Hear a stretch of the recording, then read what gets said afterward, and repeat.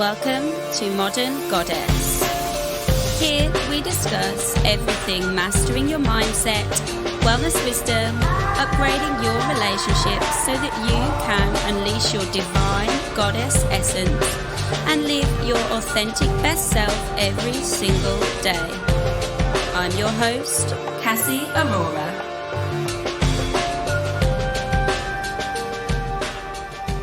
Hello there, welcome back to the podcast, and hopefully this sound is okay. It's freaking boiling in the room that I'm in, and so I'm glad you're here with me, but I'm not going to be able to hang out here for long because I'm so hot, and it's not even that warm here in the UK.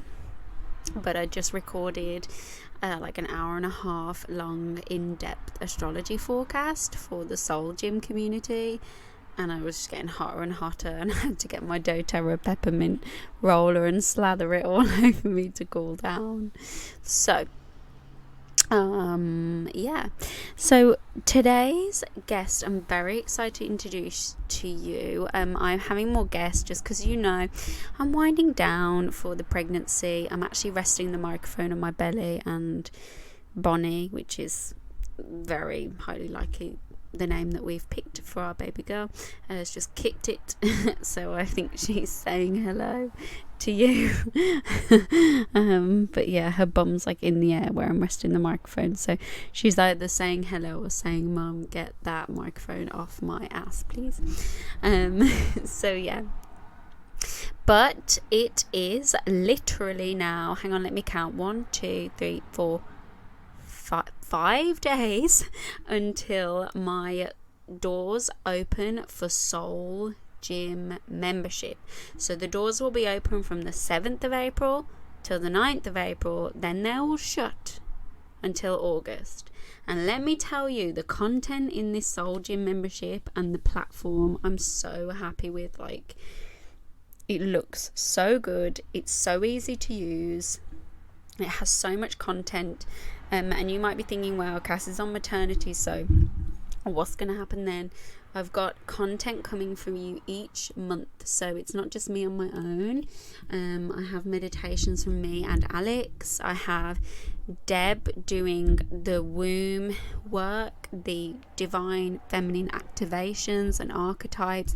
Each month she's going to bring something new. So if you don't enroll in April, then you will not get that content until August when you enroll then. So honestly, I'm so pumped for this. I actually have a large wait list, but I know from experience that not everyone signs up on the wait list. But what I'm doing is I'm only opening that link to the people that have told me they are really interested on the 7th of April, and then I will email it out on the 9th. There may not even be any spaces left, so I will probably not email it out anyway if those spaces fill. And that's because I don't want just everyone joining all at once. I want you all to be there, but what I want is a small community to begin with. I've picked very specific numbers so that it's manageable, but the energy needs to be right. I think of everything as like an energetic cell. So I'm really, really excited. We have a forum.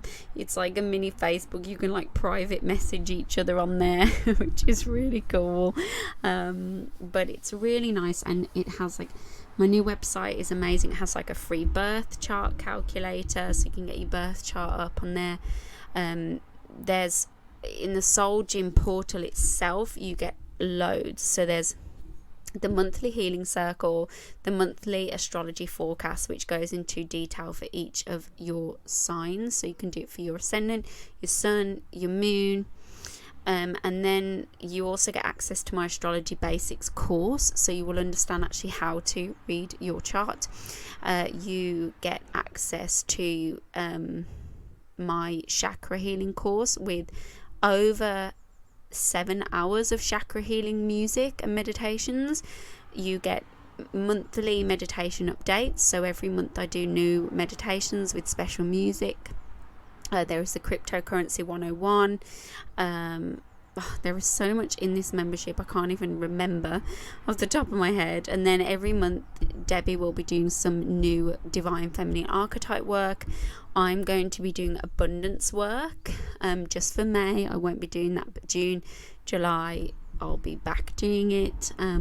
There is all my astrology webinar content on there. I'm going to be doing a summer astrology series of webinars, so you can join that all if you're part of Soul Gym. So it's literally such a low investment for what you get. I really am so proud of this. So if you want the full information of that, just email me hello@cassieaurora.com and I'll send it out. You'll notice you cannot get on my website anymore. It's been taken down because I'm going to launch it on the 13th of April. The Soul Gym enrollment opens up the 7th of April. We have our first opening circle the weekend of the 10th and 11th of April. But when you sign up for Soul Gym, you'll get the electional astrology guide for April and the April astrology forecast, which, trust me, you do not want to miss. That's why I'm sending it out before the portal even opens, because the best dates are mid-April and that in-depth forecast is insane. April is one of the best months, and I'm just so excited about it. So yeah, really excited that I'll be sharing this with you. But if you want to know about that, just drop me an email, hello@cassieaurora.com, and I'll send all the info to you so you don't miss out. So today's guest, Shannon, she is a quantum body healer. She's a channel. She's an Akashic Record reader. I really loved connecting with her. We actually connected through Podcast Connector. I've been on her podcast. It was a great conversation, so be sure to check that out. But you're actually going to really love her story. She is really about causing, like, root cause healing, a lot like me, but she specifically applies it more to chronic illness and chronic disease. As you'll know, like, I healed my Hashimoto's and many other things through root cause healing and nutrition. It was a combination of everything, and we really talk about that in this podcast, and I just think you'll enjoy her energy, the conversation. She's so sweet. So I've linked to her Instagram in the show notes and her website, so be sure to check her out. You're going to love this podcast episode, I'm very sure, but be sure to share it with anyone you know that would like to hear it. Give it a rating and review, and yeah, enjoy. Let me know what you think. Post it on your story if you're listening, and I will speak to you soon. Have a great weekend. I'm curious, how was your trip to Sedona? Oh, it was good. I was only there for a day. So I'm planning on going back in the next month or so, but it is very powerful energetically. I was like, okay, I need to I need to step back. Like, I think I was with a lot of people and it was really busy people wise. So it got to be a little like intense. So I want to go back and like just stay out of the town and go to be with the land, because the land's really the part that's the most powerful and interesting. Yeah, it's because with Sedona, like, are you close enough to go for a day then, I'm guessing? Like, yeah, it's like 2 hours away. Okay, so we have a similar place, like 2 hours from us in the UK. It's called Glastonbury. You might know it. Yeah. Yeah, so it's like the land. It's something about the land, but when everyone's there with all their energy, it can be a bit like, oh, just too much, And like the first time I went, I remember there was just this, I felt like sick. I was like, oh my God, the energy here is so intense. And then kind of like now when I go back on my journey, like, and actually go in the town, I'm like, this is not like true Glastonbury, and it's actually always out in the nature where you feel it.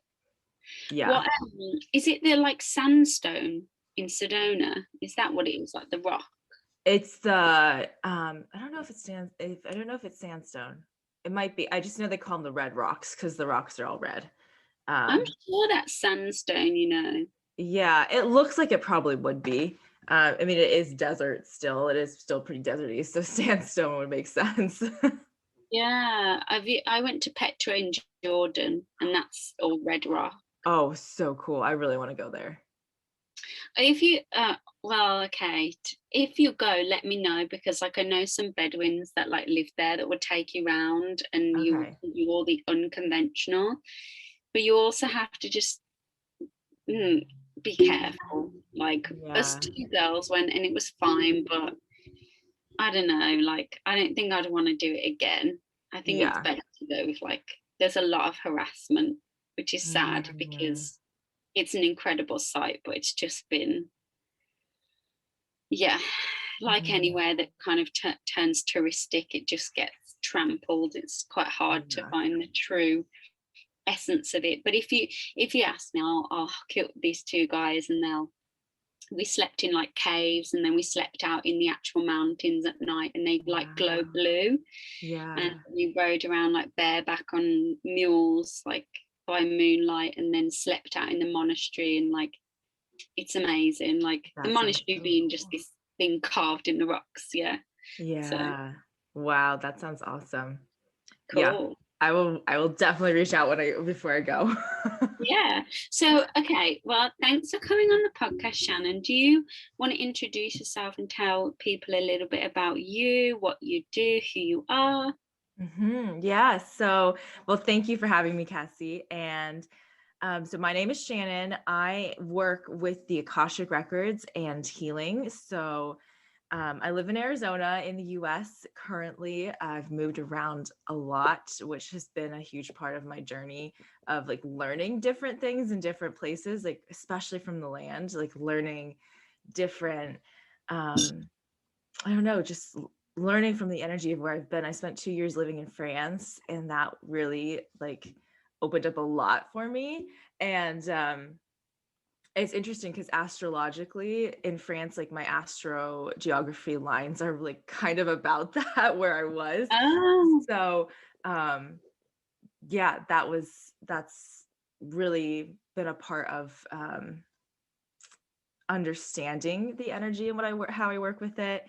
I lived in India as a child, which was really like kind of the thing that opened up a lot because I learned about so many different um, spiritual techniques and yoga, of course, and a lot of and Ayurveda and all that when I was a kid. And then kind of long story short, I got sick when I was a teenager, and so then I had to figure out how to get myself healthy. And I went to a lot of Western doctors, and they couldn't ever figure out what's going wrong. They finally did diagnose me um, with Lyme disease, but then they couldn't ever like cure me. They were like, you're just going to be this sick for the rest of your life. So then I turned to um, my like myself and figured out the energetic ways that I could heal. And then that brought me to the Akashic Records and brought me to the work that I do today. So that's kind of the short connecting story of how everything came together. how interesting. So why um I have lots of questions. I'm interested in all these places you've been. So why were Mhm. you in India? Yeah, well, it's not that interesting on my end. My dad's job took us there. Um, so we lived there for 4 years. It was like I was 8 to 12, which I feel like is really formative Yeah. years. It feels like it was longer than 4 years, honestly, because of how important those years are. Wow. Where were you in India? I was in Bangalore in the Wow. south. So yeah, that's crazy. So interesting. Are your parents like kind of, quote unquote spiritual, or they just kind of chill? Um, my mom is more so than my dad, especially because of India. She got really drawn into so many aspects of like Indian spirituality, like there's so much there that you can learn. And she did a yoga teacher training, but it was like we talk about, or you look at like yoga teacher trainings that people can do today, like you can go to Bali or for like a month and do a Yeah. training. Like she did this for like a year. Like she get up at 5 a.m. and go and do like a 2 hour Ashtanga practice, and then and then study And so that really opened her up to a lot of spiritual stuff. And so I did learn a lot from my mom too. Hmm. She brought me to my first past life regression when I was 14. She was like, come with me, this will be fun. And I Oh, was like, okay. And she got me attuned to Reiki when I was 14. And like when I was sick, she brought me to different energy workers that she knew who like helped me unlock my own energetic gifts. So definitely she is. My dad's kind of just like, okay. oh. Well, it's good that he's like, just like open to it, because like Mhm. it's really interesting, because it's rare that you have a parent that's like that into it. But I'm curious, like, how you felt as a kid, like just being like, oh, we're going to go to an energy healer. Do you ever just think, oh no, I don't really fancy it? Like, because Yes. we think, oh, that's great. Like, I'm thinking, oh, I wish I had that. But I don't know, like as a kid, if it's kind of not given to you much as a choice, like how was that? Yeah, as a kid, I definitely was kind of like, really? And it's interesting that I've come back to it as an adult, because there were times where I was like, I don't really want to do this. But at the same time, all of the times where I said, oh, I really don't want to do this, and I didn't really have that much of a choice, they always ended up being really transformative. So, like in hindsight, I can be like, okay, well, I'm glad that I didn't have a choice and I had to go to that. But it definitely, sometimes it was definitely like, really, can I not just like do something normal? Like, this is so weird. Yeah, like because I'm thinking, like when someone's not open to healing, it's like it still works, but it's Mhm. just interesting with you that it would just be even more transformative. Like that's Yeah. kind of interesting. Yeah. It was it was only that way because once I would get there and get into it, even if it took me a couple hours, then I'd be like, okay, this is cool. But it was just like, I guess it was more the act of like, oh, I don't really want to go today. Like, can it not be like another day? And then when I get there, I'd be fine, and then I'd eventually open up to it. And so then it could be Ah, really transformative. yeah, that makes sense. I was Yeah. thinking about that's like some crazy like universe is like, sorry, no choice here. Um, and so then interesting. So you went to France after Lyme, your Lyme Mhm. diagnosis. And were you in France like studying? Like, why were you there? Um, I went after I graduated from university. So I went to teach. I went and taught English um, for a school year. And then I went and I studied naturopathy in France, just to like kind of get some basis in that. I didn't actually finish the program because it was really, really poorly run. It was really Mhm. disappointingly poorly run. Um, but excuse me, but it did give me some really good insight. Like I learned more about like the systems of the body Mhm. more specifically. So that has helped my work now because I can be a little bit more precise in what I'm saying or seeing. And yeah. Yeah, it's important because like I did a year of naturopathic study as well, Mhm. which is an interesting parallel. But like you, my program was just like I won't say what it was, but it's like a really well-known provider in the UK, and I was just Okay. like, this is for someone who is really into like science, as in like into the biology and used to be a massive geek on it and enjoys this stuff. It was literally so boring, and like Mhm. the way that they examined you, I was just like, oh, I can't deal with this. But nonetheless, it is important if you're working in like a healing profession not to, because I think a lot of the people, and this is no discredit to them, it doesn't make them any less good, but I think we're at the point, and I don't know how you feel about this, but I think we're at the point in the kind of healing world, alternative healing world, where there needs to be a marriage between, antiquity, science versus spirituality. There needs to be something integrative, Mhm. and we need to start appreciating the wisdom in every kind of feather of knowledge kind of thing. So it's important. Yes, I agree. I do agree. Because Yeah. there is wisdom in, I think, a lot of talk about in like within like the kind of alternative healing or energetic healing space is like, oh, the scientific methods of, scientific medicine, um modern medicine is, I mean, to put it kindly, they're just like, it's crap. It just doesn't Yeah. work. And I do have my own problems with modern medicine, but like when it comes to treating certain things, but also like it's amazing and it's something Mhm. that we should appreciate. And yeah, marrying the energetic and the scientific, because both, I mean, energetic is scientific. We can measure the energy in the body. So Yeah. really like marrying that, I think I agree, it's really important.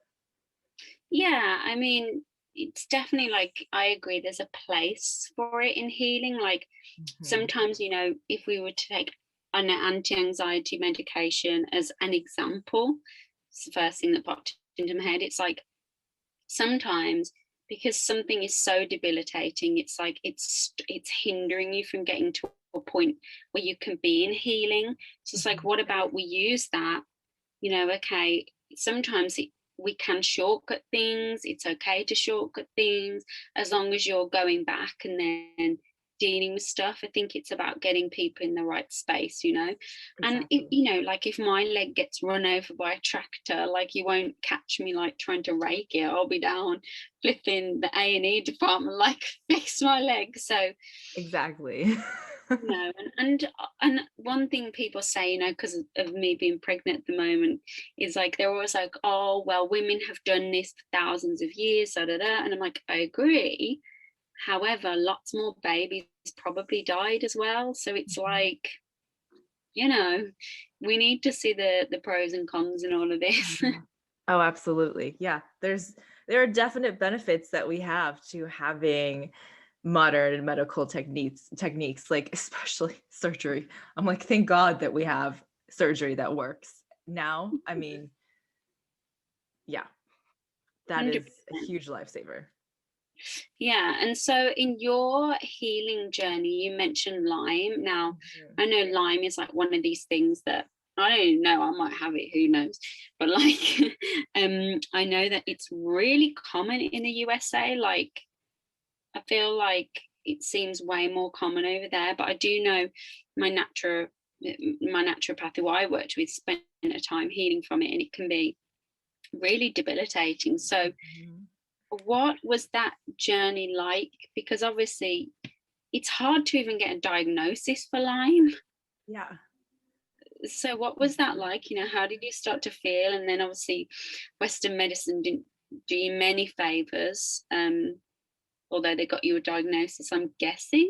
Yes, it was Western medicine who finally got a diagnosis. You know, it's interesting because the statistics that we have, yes, it does appear that Lyme is more widespread in the US. I'm not sure I fully believe that's true. I feel like a lot, probably, if like, so I did some research about Lyme in Europe when I was living in France for my naturopathy school, and the reporting is so bad, and it's really bad in the US too, but it's like even worse in Europe. So Mm. I feel like I feel um like I've got it because I'm just like, why wouldn't I have it? Because everyone else seems to have it. yeah, I mean, I feel like it's something that a lot of people get more people get exposed to than we think. um my journey essentially was, I probably, based on there's one healer that I worked with who really helped me a lot, and I'll talk about what she does. Um, but based on what she found in my body, because the techniques she uses do really marry the scientific and the energetic. Um, Based on what she found in my body, likely I got infected around the age of 10, actually, when I was probably in the UK, which is interesting based on the strain that she found. But then I definitely got reinfected a lot in the US because I lived in New Hampshire, which is one of the most endemic like states of the US. New England is like the worst for Lyme. So I really got sick in high school. Like I started having problems off and on around the age of 10. And then in high school, I stopped being able to eat wheat. And so we went on this whole journey of like, am I celiac? And I never um, got an official yes with that. I like did the whole thing. I like did endoscopies. I like did blood tests. I did all this stuff. And they were like, no, you don't have celiac. You just have a really, really bad wheat allergy. And then I just kept on getting sicker and sicker and sicker.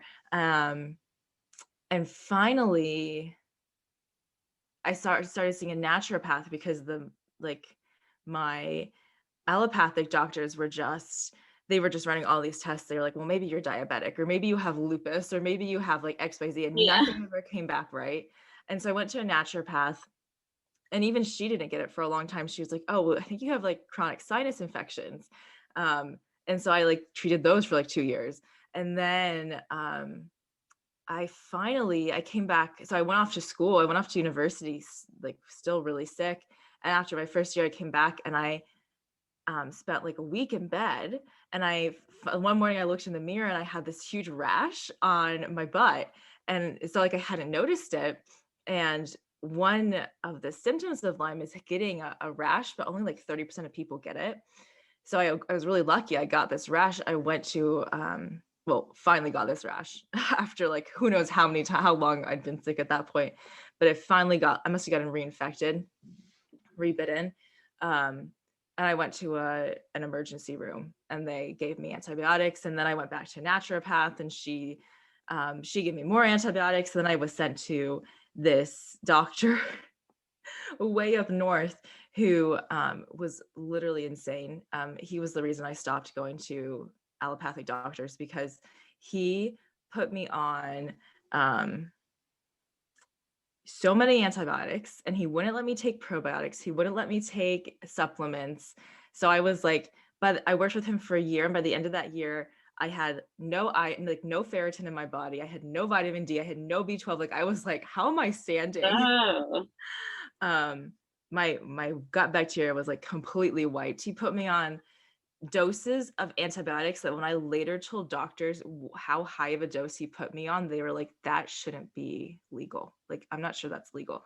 Like with the intensity. So then I went back to a naturopath, who gave me some more, like she did bring in some more herbal stuff, a little gentler for a little while. And then she like went in like really hard with antibiotics. And essentially I worked with her for a year and then I was like, yep, I'm done. What I think is that those two doctors, like they gave me the antibiotics they gave me kept me alive, but they didn't, if I kept on taking them for much longer, I think they would have, the reason I stopped, because I was like, this is going the wrong direction. Like you kept me alive, but now I feel like you're like slowly killing me, because when I stopped seeing the naturopath, I went and saw this healer who really helped me, and she does magnet therapy. So it's using the biomagnetic. Have you heard of that?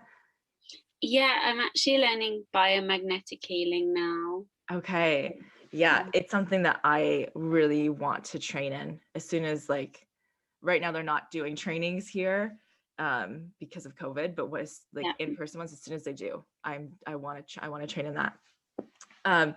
So for anyone who doesn't know, the biomagnetic healing, at least this practitioner I saw, she used really like incredibly strong magnets, and you put them on different parts in the body, and it helps change the polarity of the body and clear infections.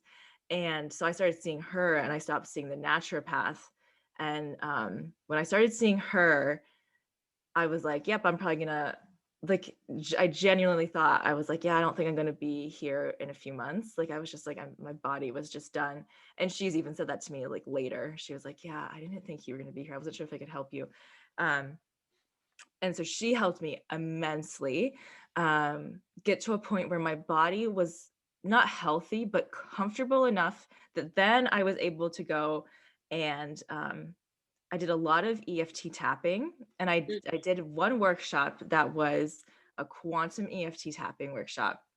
It's this lady in Australia, and she has like this whole quantum EFT method. And within, so it was two days, it was a weekend, and at the end of the weekend I did a session with her, like just me, and within 30 minutes my Lyme disease was in remission.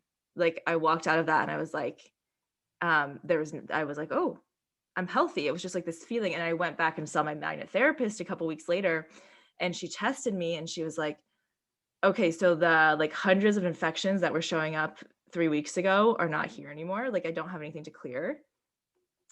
And that, so that, I was like, okay, I believe that this stuff works. And then a few years later, I started getting sick again. And I went back to my magnet therapist, and she found some infections, that some strains of Lyme that she hadn't been like that they hadn't been aware of, like the year that I had went into remission. And so that summer was the summer that I really started opening up and like doing my own healing, because I'd already learned so much and like been awakened to so much. And so that summer I literally spent 2-3 months mostly by myself. I kind of just hid myself away and talked to my guides and learned how to heal my body. And then I went back to see her about 2 months later, and she was like, okay, so all of this stuff I found 2 months ago is gone. And that time it was like fully just because of what I'd done for myself. And so that's, I know that story is kind of long, but that's where from there I learned how to I learned that I was connecting into my Akashic records. And then from there I brought that. I was like, okay, well then how can I use this with other people? Like, how can I bring this to other people so that people don't have to suffer and go through years and doctors and, thousands of dollars or whatever it is to find something. Yeah. Yeah, I love that story. Like, it reminds me in ways of mine just getting to like a rock bottom, and then realizing like all these people are great, but I think sometimes you just find that one person who gives you that ray of hope. And it's interesting because, I wonder why,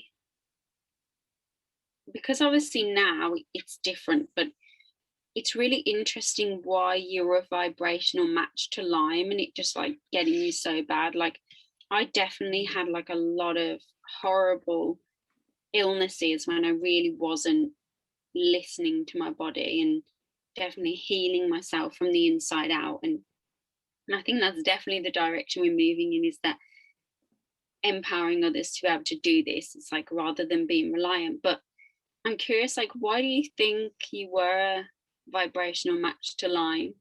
Yes. Okay. I love that question. So I, when it comes to me, sometimes I channel Lyme disease. Like I have had times where I've gone into the Akashic records and Lyme energy has like come through. And so I have,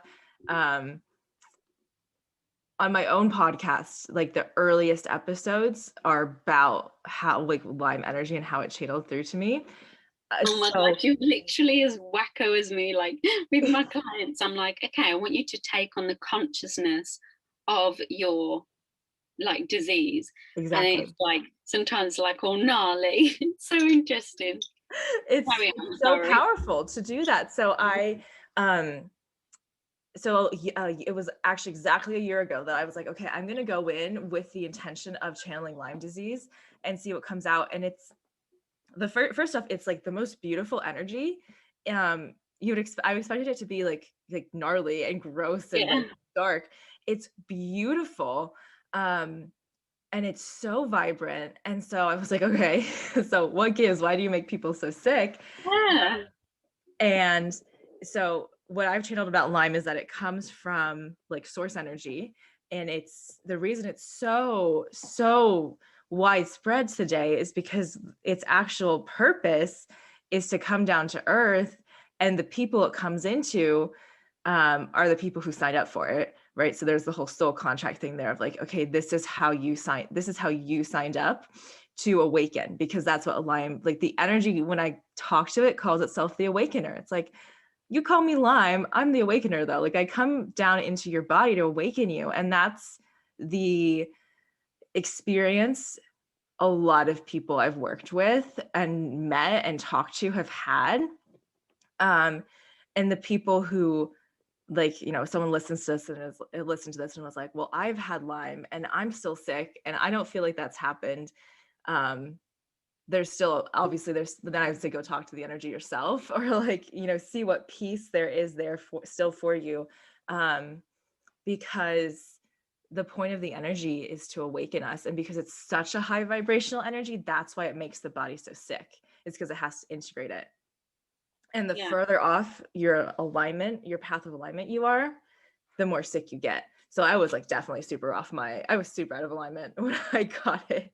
And then I kept on going further and further. Like I was studying to be a doctor. Like I wanted to go to med school, which like was not my path. And so like that I kind of did a complete turnaround. And that was when I started to awaken. And that's when the energy started to dissipate in my body.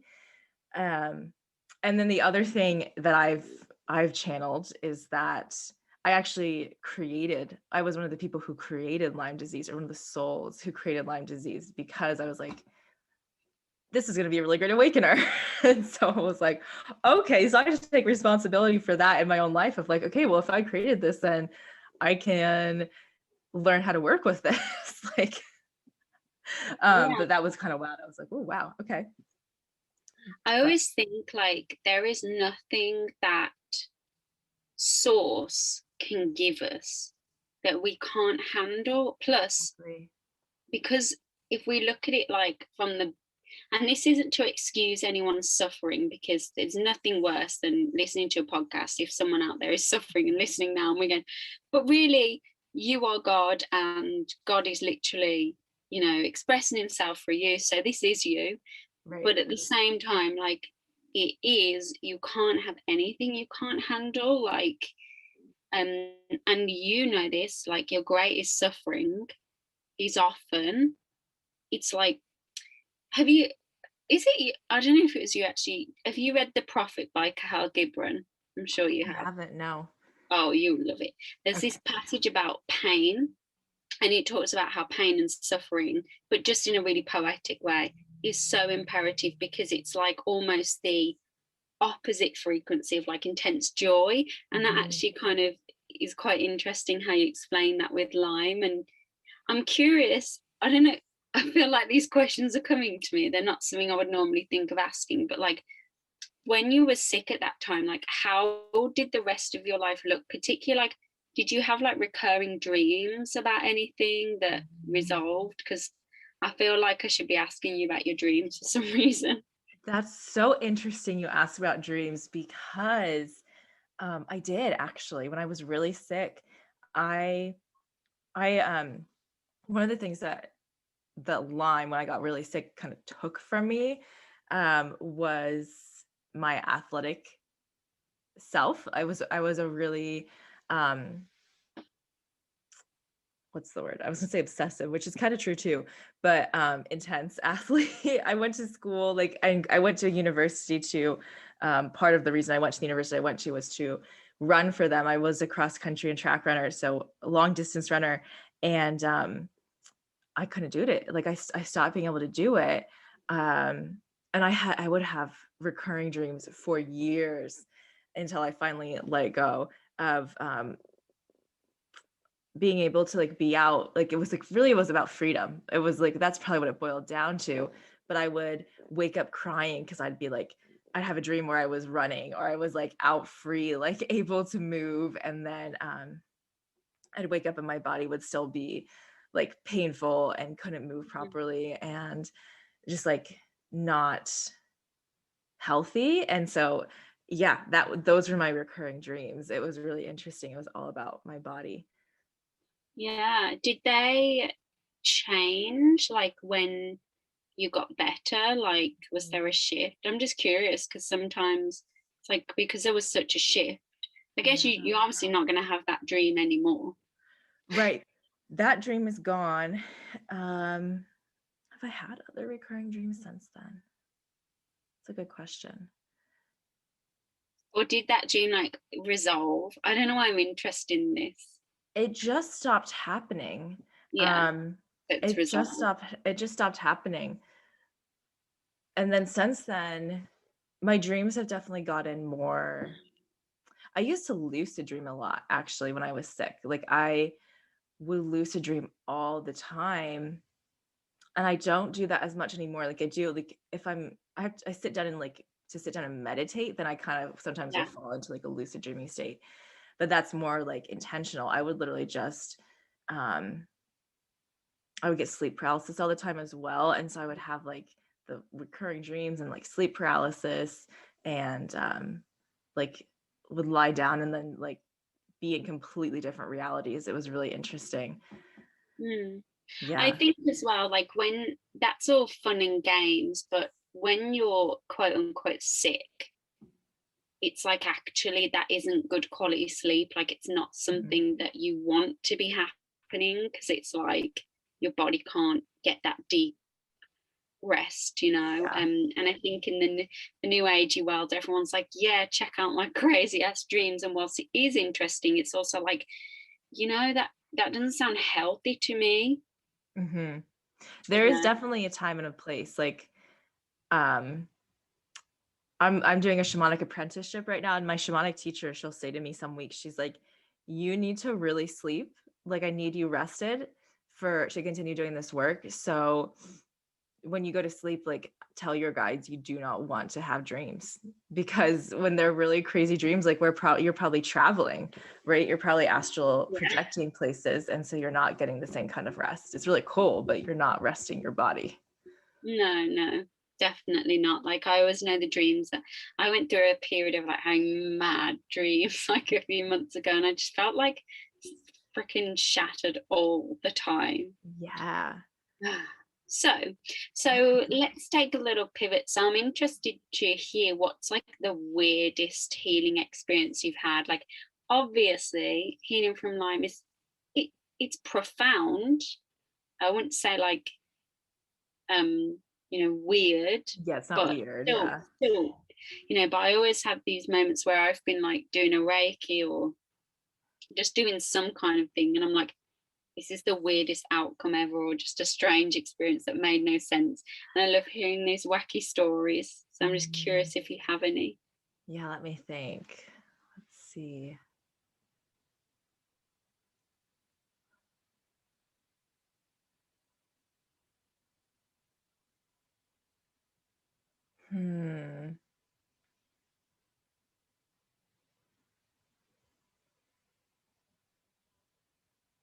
It's hard, isn't it, to think? It is. I'm like, all of the like more profound ones are coming to me. I'm like, I know there've been weird You ones. can have profound, because Yeah. obviously I think especially with the Akasha or the Akashic Records, like it's always like very deep. Like it feels like deeper than the cells kind of deep, you know. Yeah.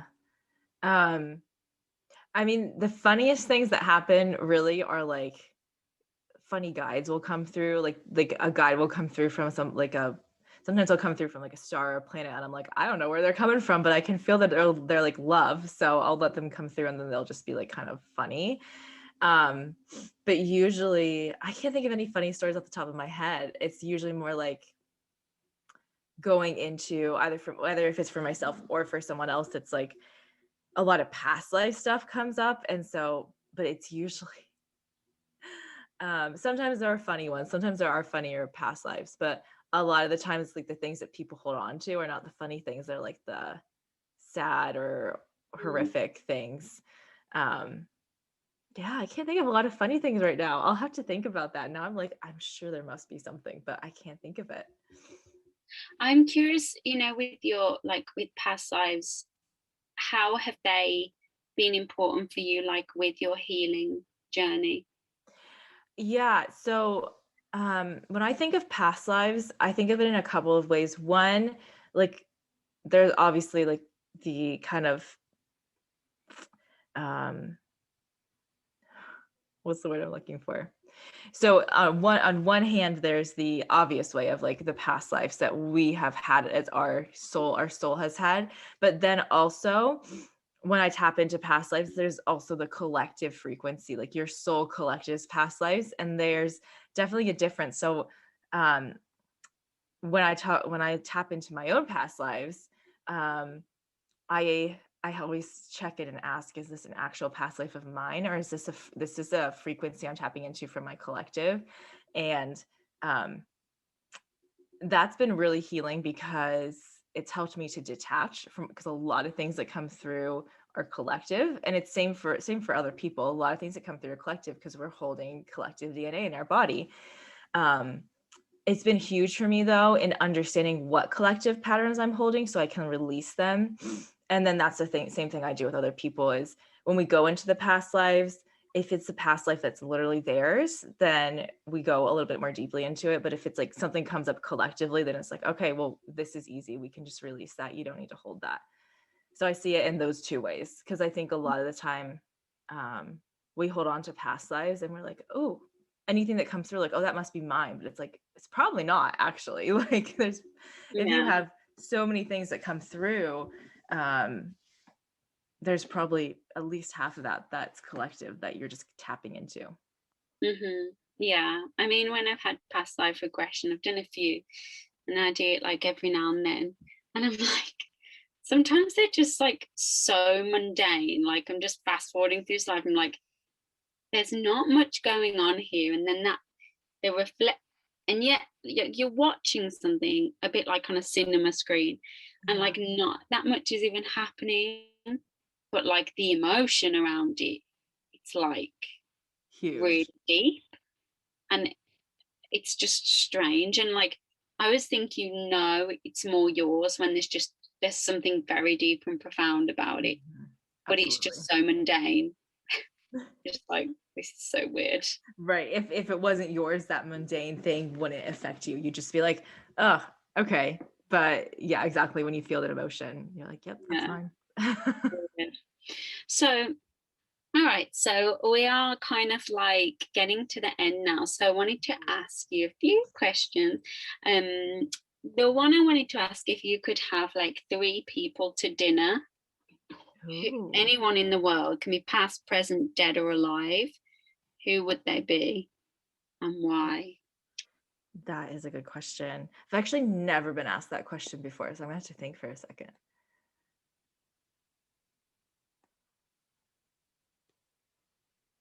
It's quite a hard question. It is.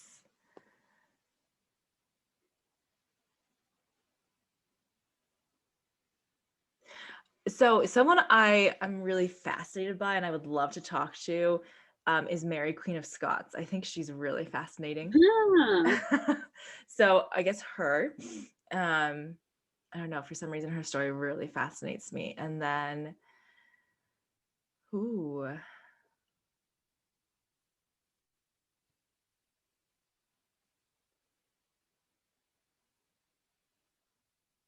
and then, I think, well, there's so many people I could say. But I would be really interested to meet some of the founding fathers of the United States, like George Washington or John Adams or Thomas Jefferson. Like I'd be really interested to meet and have dinner with a couple of them because they are so praised in our history books. And I'm like, okay, you're definitely not as amazing as we talk about you in history books. Like I want to see what you're really like kind of see the like real human of them. And that's kind of true for a lot of historical leaders, but just those ones are obviously ones here that we talk about and praise and kind of like gloss over their bad side. And I'm like, I want to meet you and know your bad side. Like I want to see the parts that we don't talk about. Yeah. Interesting. I've not had those before. I always pick people that are like alive now. You could maybe like channel Mary, Queen of Scots. Yeah, I could. I don't know why I picked all people who are dead. It's so funny. Have you not seen there's like a Netflix series called like Rain? I have seen that.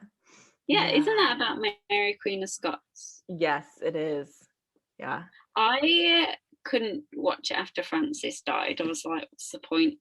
It's just not that interesting anymore. I really found it hard, actually, like after the middle of the second series or something. I was like, I don't know, this has lost its punch.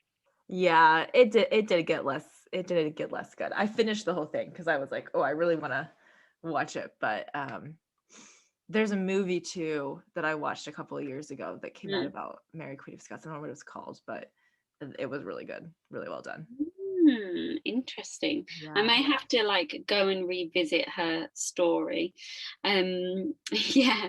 So, and do you want to share with people what your offerings are, how they can work with you, where they can find you?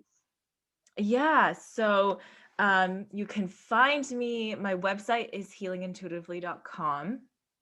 And from there you can find everything. Like my Instagram is linked there, which is Shannon.Amrein. My Facebook is linked. My email, like you can, there's everything's there. And what I do is I have kind of two offerings that people can sign up for. And one is like a group program. It's called Heal. And you get we do some one-on-one work, and then there's a bunch every month.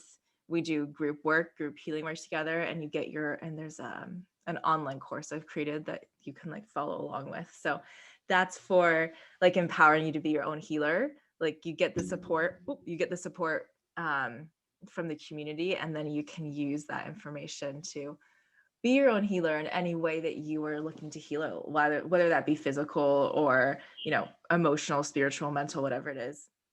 And then I do one-on-one mentorships with people for 6 to 12 weeks, and we go like really deep.